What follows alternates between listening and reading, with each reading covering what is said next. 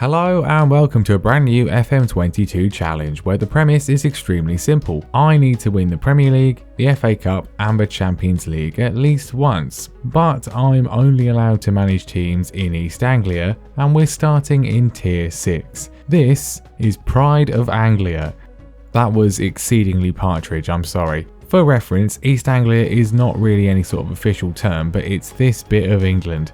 All definitions of it include Norfolk, Suffolk and Cambridgeshire, with most including Essex as well. I'm going for something a bit broader though, more along the lines of, I guess, East of England. Indeed, I'm going for the full BBC definition, which will include parts of Bedfordshire, Hertfordshire and perhaps most contentiously Northamptonshire. But that's what they use for the BBC Look East football coverage, so that's good enough for me. Much of the eastern region is, from a footballing perspective, a desolate wasteland. The highest ranked currently and most successful by far club over the last 20 years is Norwich City, the only Premier League team in the region, for now at least. The most historically successful club are Ipswich Town, who have won the First Division title, the FA Cup and the UEFA Cup, but now find themselves slumped in the third tier, below Championship sides Luton Town and Peterborough United. Joining Ipswich in League 1 are Cambridge United and MK Dons, while Colchester United, Northampton Town and Stevenage are in League 2. Kings Lynn Town and Southend United are in the Vanarama National League, while Kettering Town occupy the Vanarama National North, and Chelmsford City, Billericay Town and Braintree Town occupy the Vanarama National League South. That's 15 teams in the top 6 tiers at the start of the game to work with, plus obviously any other teams in the area who get promoted up from below as the years go on. It will be interesting to see how much the fortunes of the region's teams changes over the course of the save. Right now it's very much the case that we're aiming for Norwich, but will that still be the case when our reputation is sufficient enough to actually get the Norwich job? We'll see. Also, the rivalries between the teams may affect whether we get a job at all. Each episode will cover roughly 4 months of each season at a time, but where are we starting?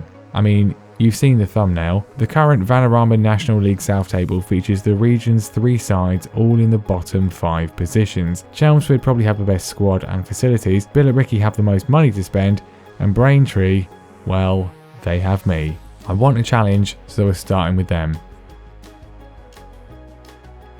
Now, I know nothing about Braintree as a place. I'm sure it's lovely, but looking at the club, well, we're aiming high, let's say. A few years after being a playoff success away from the Football League, we nearly suffered relegation to Tier 7 last time, have insecure finances, and that's what the board want to focus on again.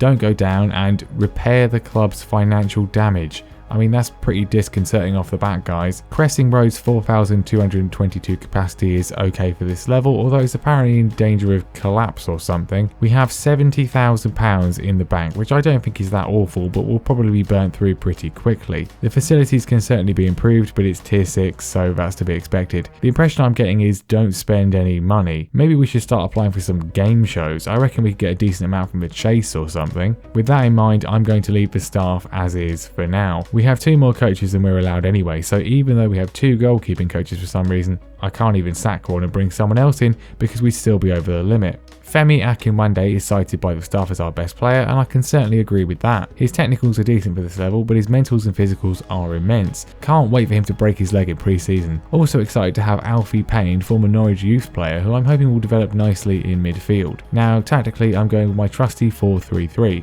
Quick play, running in behind. Is it a stupid idea to play an intensive pressing style with a team of Vanarama South players on part-time contracts?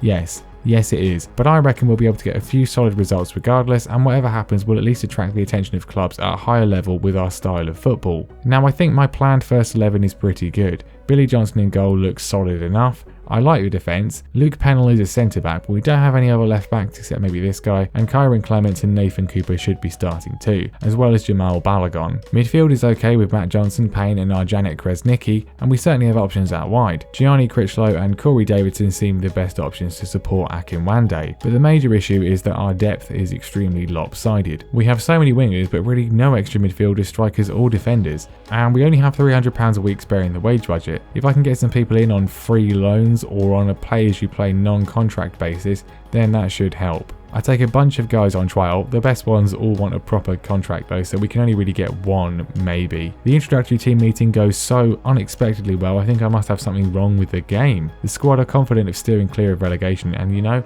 I like that optimism, even if at this stage the media don't agree, having us in 19th. But hey, that wouldn't actually be relegation, would it? Our first press conference goes well, although probably overly cautious with the number of chairs, guys. So to bolster the squad, we signed some youngsters on freeze on a non-contract basis. Striker Jay Barton, released by Millwall. Finishing, composure, pace and acceleration looks pretty good as a backup. Centre-back Tom Bruce has some nice attributes in a lot of key places. He was released by Portsmouth. And left-back Silvio Bello, released by Forest, has some decent attributes there as well. Kieran Finglass also joins, who can play in defence and maybe in midfield. We need bodies, so he'll certainly help. And on a similar vein, Alex Costa and Kamari Parish join. With that, we have £33 a week left in the wage budget, which will keep spare for when the heating bills go up, and a moderately more depthful squad. There were definitely better players who wanted to join, but we couldn't have afforded them. And indeed, clearly the signings are a success as the media move us up to 18th in the prediction. And I guess the board went on the tipping point or something because they find an extra £95,000 to help us with the club's running costs. We're not at a stage of the training bibs and cones being repossessed by bailiffs yet, so I think we'll be okay. They do inject another £45,000 a few days later. I mean, if you have this money sparely, why aren't you already using it? I could do with a better backup right back.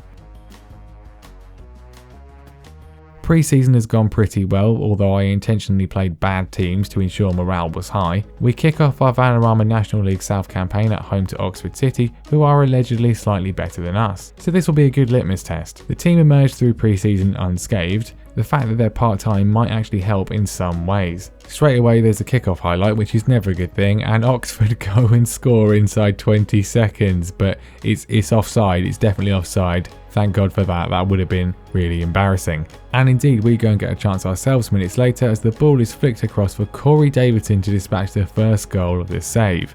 1-0, we're going up, I can feel it. We're already playing some beautiful football, the likes of which Oxford had never seen, as Davidson finds the net again but is well offside this time, but still we're dominating and it should be 2 before the break. I mean, I thought this was Braintree, not Barcelona. Some beautiful passing sees Krasniqi slip in Davidson for his second of the day with 20 minutes to go. Lovely stuff. And we see the game out for an excellent 2-0 opening win. Not a bad way to begin, and 667 people turned up for that.